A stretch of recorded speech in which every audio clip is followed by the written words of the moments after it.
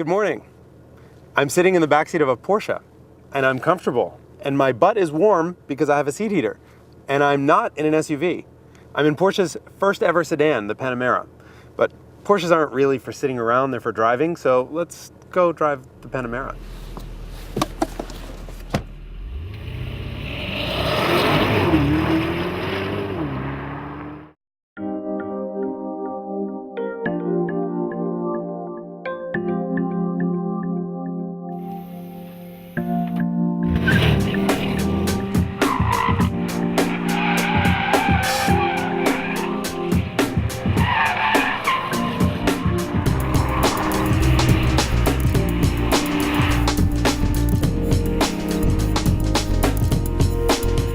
All right, who am I kidding? Porsches aren't about the back seat, they're about the driver's seat, and so I kicked that guy out and threw him on the side of the road and left him for dead. But the important part is I'm driving the Panamera Turbo. As you can imagine, it has a twin turbocharged V8. This is a 4.8 liter making 500 horsepower.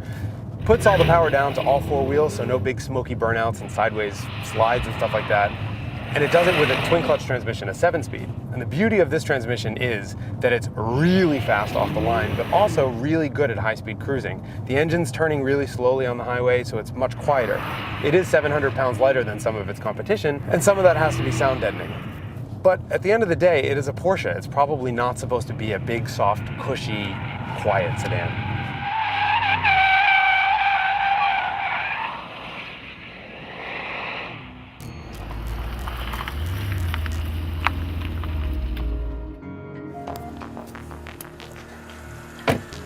But this Porsche wasn't exactly created in a vacuum. There are already a couple of 500 horsepower German sedans. We have two of them right here. First one is a BMW 760 Li. Second is a Mercedes S63 AMG. Let's see how the Porsche holds up.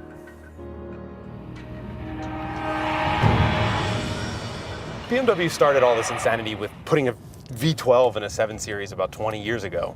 So it's only fair that we have a BMW with us.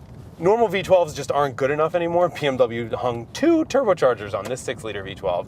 It makes 535 horsepower, which is enough to stop the planet from rotating. But despite all that speed and power, it's a V12. It's quiet, it's smooth, you don't really notice it. You just look at the speedometer going higher and higher and higher and wondering how you got there. It's a BMW in the handling and steering department as well. The steering's tight, the handling is just spot on perfect. It's a real driver's car. But it's not as much of a driver's car as any other BMW. It's so long, the backseat is enormous, which is great if you're carrying people around, but it doesn't have that sports car edge because of the 12. It's quiet, it's smooth, it's a really great highway cruiser and a really great handler, but you wouldn't know it.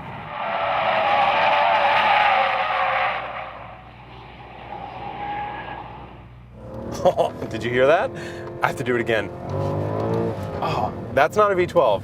This is an old school, normally aspirated V8. It's the Mercedes S63 AMG, and it is a 6.2 liter, old school, no turbos, normally aspirated V8 that makes 518 horsepower. 518 is smack dab in the middle of the other two cars, but it does it in such a different way. It's a motorsports type of engine. You gotta rev it, you gotta work it, and the reward is that ridiculous noise, that unbelievable noise. This is the Mercedes S-Class, of course, that surrounds that engine. And the S-Class has always been a great high-speed cruiser. It's a really comfortable car. And this one especially is really glamorous. There's something very elegant about the interior. There's something very elegant about the exterior styling. It's just a really great car to spend a whole day in and drive around in. It's a little bit older than the other two cars, so it's at a slight disadvantage in terms of its computers and its interface. But I don't think it really suffers for it. The most important things like that really creamy ride quality are all there. There's just something substantial about this S-Class. It feels like a tank. If there was one car that I had to use to hit a bus, it'd be this Mercedes. And I bet the sound that big accident would make wouldn't be half as loud as this exhaust.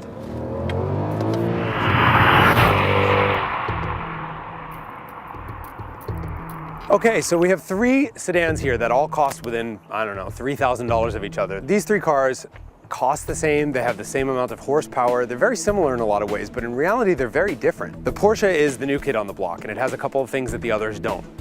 A twin clutch transmission in place of a regular automatic. It's the only one here with four-wheel drive. Now the 7 Series And the S-Class are both available with four-wheel drive, but with lesser motors, with less power. And it's also a hatchback, let's not forget. You can fold the back seats down and put all kinds of stuff in there. It's got a lot of room. And if you put these three cars in a racetrack, my money would be on the Porsche. The Porsche is a very, very fast car, and it's also a very capable car. The BMW winds up being the subtle, understated luxury barge that it is. I mean, it's a huge, huge long car, but we expect handling and involvement from BMW. And this car delivers that in spades. It's beautifully balanced and it is obscenely fast. In fact, it's about as fast as the Porsche is once you're up to speed and once it can put the power to the ground. Again, rear-wheel drive versus all-wheel drive. Off the line, it'll spin its tires and do a whole bunch of messy things. But ultimately, it's about as fast as the Porsche. It's just really quiet and really smooth, and the backseat is really big. And it's a really relaxing big cruiser, which you kind of think would be Mercedes. The Mercedes is the car typically that you'd expect to be quiet and smooth and comfortable, all the things that BMW does very well.